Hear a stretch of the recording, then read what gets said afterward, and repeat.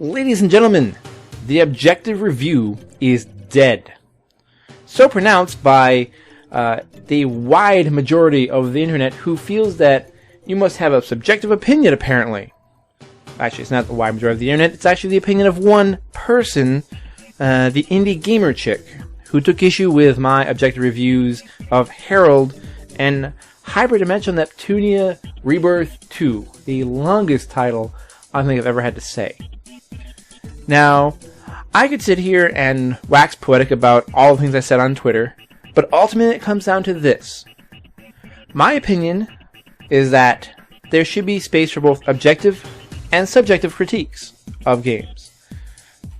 Objective reviews of games are valuable as consumer tools, so that way you can choose how to spend your money wisely and actually investigate genres you may not necessarily do if you are a fan of a certain sub-genre or certain area and you see a game review from someone that you know reviewing a game you don't know and a genre you don't really know much about. Perhaps you'll end up checking out that game and purchasing it.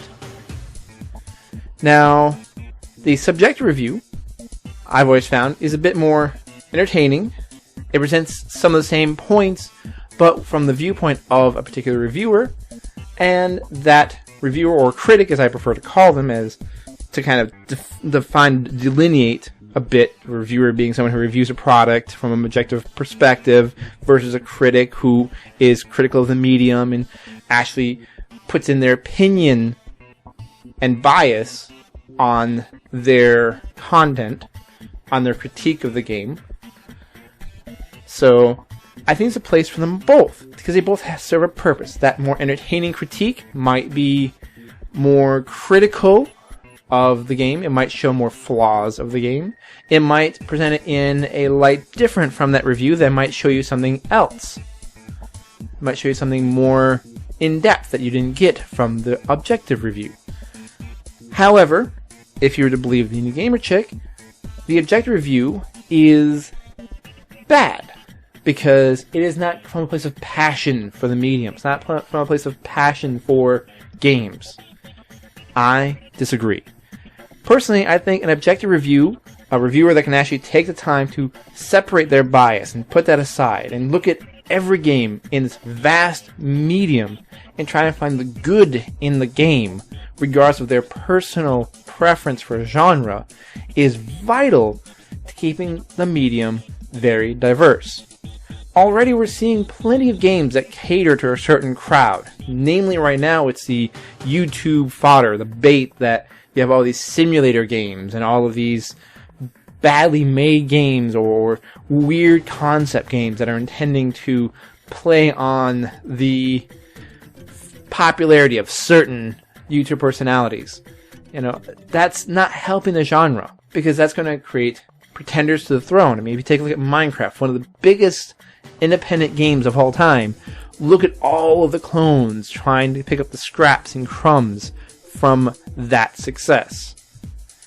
I personally believe that being able to bring an objective review that does not have some kind of subjective judgment placed on it or some kind of Me Too cult-like following or attitude to the actual review is good.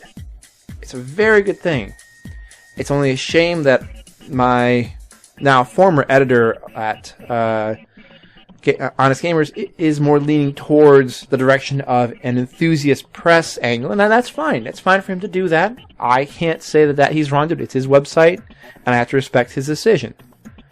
However, I feel that we've strayed so far from the objective and so far from how reviews used to be written from independent gaming magazines back in the day, that reviews are steadily becoming more and more useless.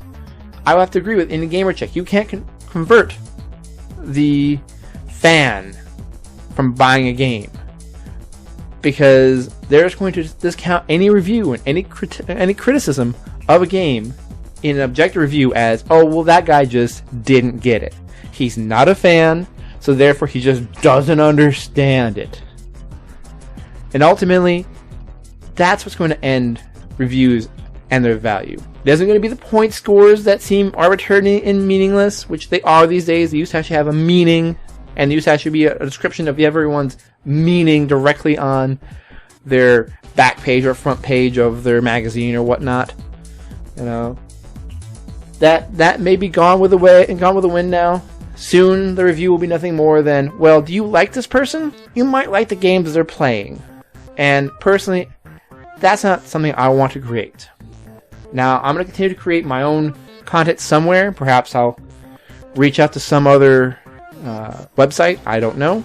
If you are looking for a game reviewer, hey, I'm semi-available if you don't mind irregular game reporting because of taking care of family and work.